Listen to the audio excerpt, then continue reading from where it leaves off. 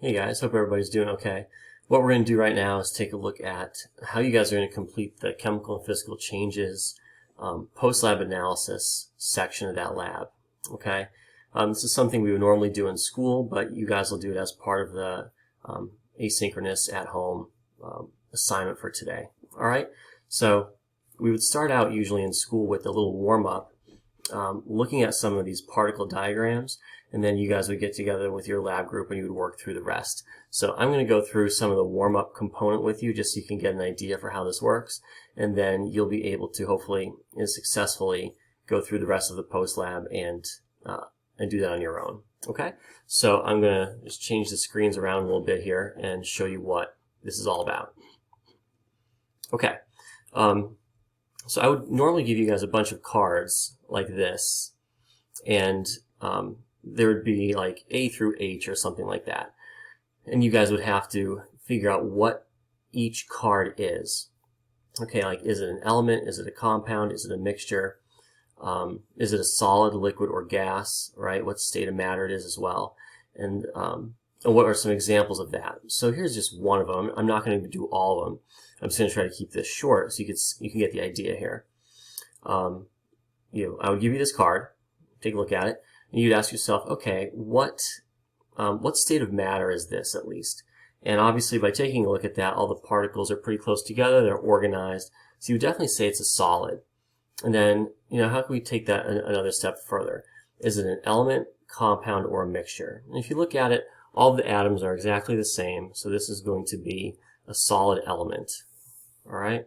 So you'd put that card next to it. And then you'd look through the other cards and see if there's an example of a solid element, and you'd go through and you'd see that copper is an example. So you would have put letter B, solid element, copper, on your desk, and then you would have lined up the other ones. Okay? So on that post-lab analysis, you guys are going to look at things that are similar to this, and they're going to represent stations from the chemical physical changes lab that you completed in school. Pay attention to the directions because the lab had 10 sections, 10 parts, and there are not 10 diagrams. Okay, they only represent certain stations that you guys completed in the lab. So make sure you take a look at what ones we're actually focused on, and that'll make it a little bit easier for you to classify which one's which. Okay, let's take a look at a few more of these real fast. Move it out of the way. Here's another one that you would have done on that warm-up. Okay, letter C. And again, what would you do here? You would say, okay, is this a solid, liquid, or gas? And obviously this is a liquid. You can see it's in a little more spread out, unorganized form compared to the last one we had. And then you'd ask yourself, is it an element, compound, or mixture? And if you look at this, it's clearly not an element because we have two or more different atoms being involved. It's definitely a compound, right? Every one of these molecules here is the same. So here's a compound, right? And then here's another one, here's another one. They're all the same, okay? So it's definitely a liquid compound. And then you'd go through and try to find some examples of that, and one of them would be rubbing alcohol, right?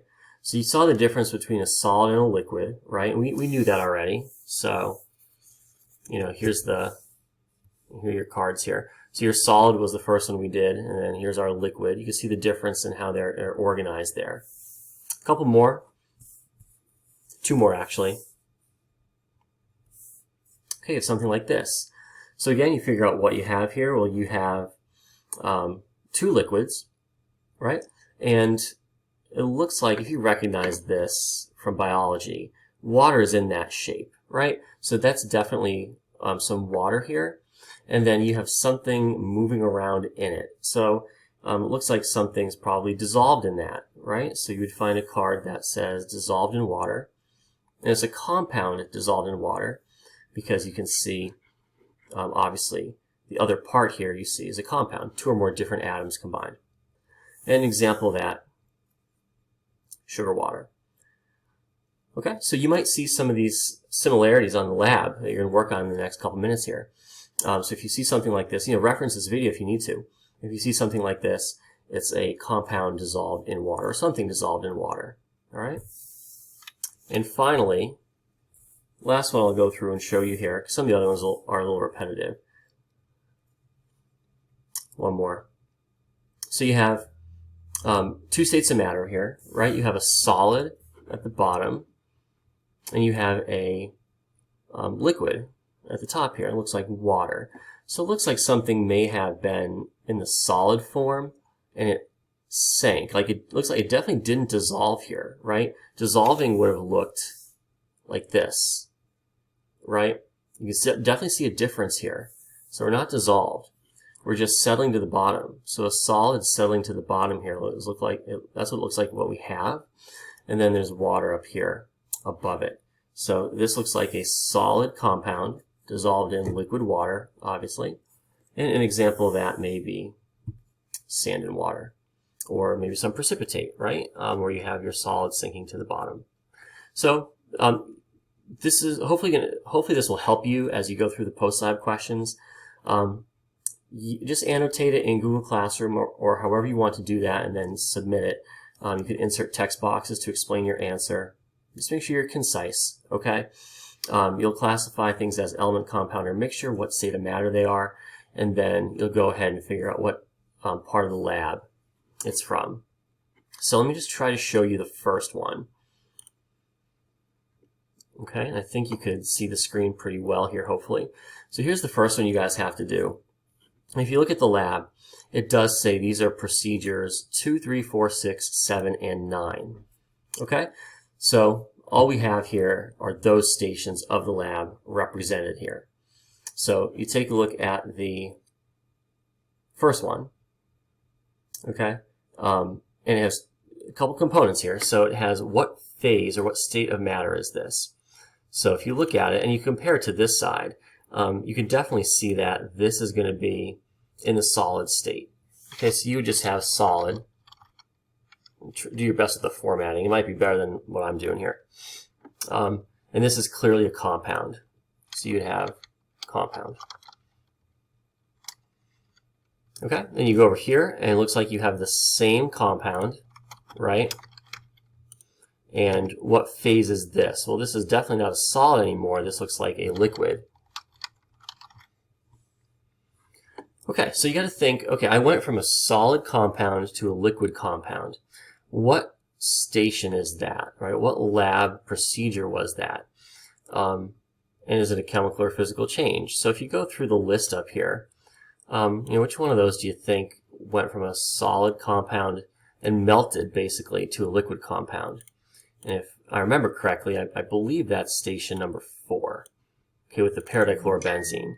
So you would put station 4 here, and then go back to what you wrote about it. So you said that was a physical change. How do you know it's chemical or physical? Here's where you want to make sure you have enough detail. So melting, right, is a sign of a physical change.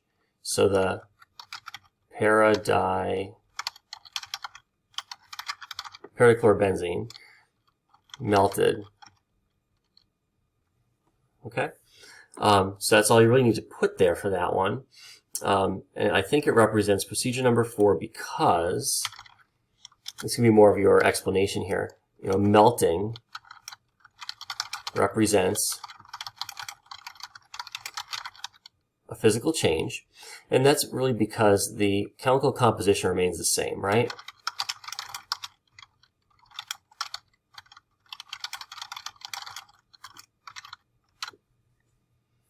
Okay, there you go. So, make yours look a little nicer, I guess, but get the idea. Okay, so I did the first one for you, and now you guys have to go through and do the rest of them. I think you'll be fine. So you'll go and scroll through the rest, and we've done station 4, so that one's done. So the rest of these are only 2, 3, 6, 7, or 9. Okay?